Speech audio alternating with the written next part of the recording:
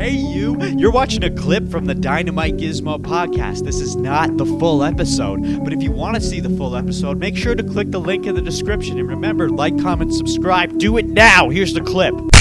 I'm more excited about this fight than Arman versus Dan, which, by the way, is a fucking such a good fight. But this one, because I want to see Belal get his fucking ass smushed. I want to see his face get smushed into the canvas. There is absolutely nothing about Belal that is intimidating or worthwhile watching to me. Yeah, sure, he can get the job done, okay? He was on a 10-fight win streak before JDM and all that, but come on, man. What is he actually going to do to Ian? Seriously. No disrespect, but he's not beating Ian. There's just no fucking way. Especially if he's talking about throwing hands with Ian like he always does. That stupid Canelo hands thing that he keeps saying. Oh, it's taking forever to load here. You've never been hesitant to give a very thorough and broken down prediction. What are you going to do to Ian Garry in there on Saturday? Honestly, for me, it's I think Ian's going to try to run around the whole first round. But then by the end of the first round, his little point jabbing is not going to work. Then I'm going to grab a hold of him. I'm going to take him down. I'm going to let him back up just because I want to show him that I could take you down if I want to. And then I'm going to outbox him. Because he said he could outstrike me. He thinks he's a pretty striker. He's been in there with some great strikers, right? He's been there with MVP. He's been there with Shavkat. He's been there with Pratis.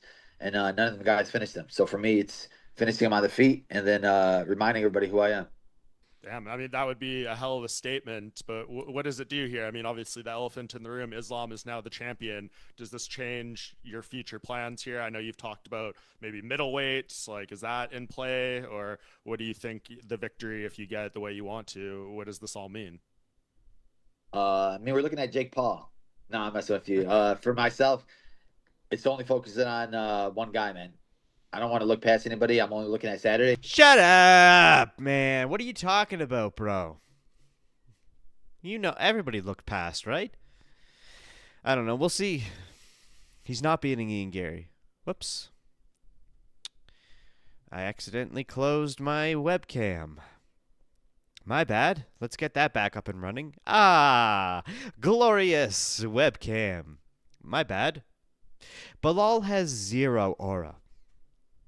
I'm sorry if you're a Belal superfan, which I guarantee there's not one out there. But come on. His nickname is literally Remember the Name, and nobody remembers him. Nobody even wants him around half the time. The UFC themselves misspelt his name wrong on their official YouTube channel. Like, what are we doing here? Belal tries so hard to be relevant. So hard to look intimidating. So hard to make himself the villain or the standout guy, but he just isn't. And I seriously want Ian to mop the floor with him and shove him even farther down into the rankings. Belal had his 30 seconds of fame with the belt. Let's not let that fucking happen again. Please, for the love of God. Ian, what do you have to say? Belal has had a lot of success at doing what Belal does best, which is mixing it up. He should continue to try to do that. However, there is not a chance in hell that if he stays on the feet with me, that he survives past 5 minutes. There's not a chance in hell. If you want the genuine reaction of what I believe that video is, that's a man lying to himself. That's a man who is playing reverse psychology and is going to tell the world that he's good enough to do whatever he wants, when realistically he knows he has to grab a hold of me. It sounds like he's already making excuses. I'm going to grab a hold of him. I'm going to let him up. So he's going to grab a hold of me. He knows I'm going to defend. And do you see what I mean? You see the way the thought patterns I'm seeing? The big M at the start. You've spent 8 weeks. What do you mean? You've been thinking about this every day of your life for the last 8 weeks. You have an idea in your mind of how it's going to go. You don't need to study. You don't need to pause. You don't need to have a breath. I just think he hasn't learned from his last fight if he has this approach. Mm-hmm. So I think he's lying to the world. I can tell you right here, right now, I'm going to beat Belal anywhere I want. But I plan on knocking him out in the first round. I can promise you this right now, Mike.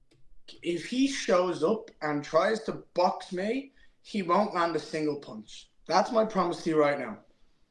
There's a reason I look this good after this fight will be my 17th professional win. It's because I don't get hit that much. Belal, honestly, I don't want to get irritated, but there's just no world where he shows up and tries to outbox me. And if he does, he's an idiot. I agree, dude. But there's no way Belal's going to win. There's no way Belal is going to beat Ian Garry. Ian, on the other hand, has a great track record of backing up everything that he says. He's got the confidence, he's got the aura, he's got the star power, all the stuff you need to shine at the top of the division. And he's good. The problem, he's not beating Islam. I'm sorry, but he's not beating Islam. Not a single chance in hell. I would love to see Ian Garry as champ. Love it. But as long as Islam's there, it's not happening. If Ian can't get past Shavkat, which he didn't, how is he going to get past Islam? It ain't happening, my brother. Tap here to watch the full episode of the Dynamite Gizmo podcast.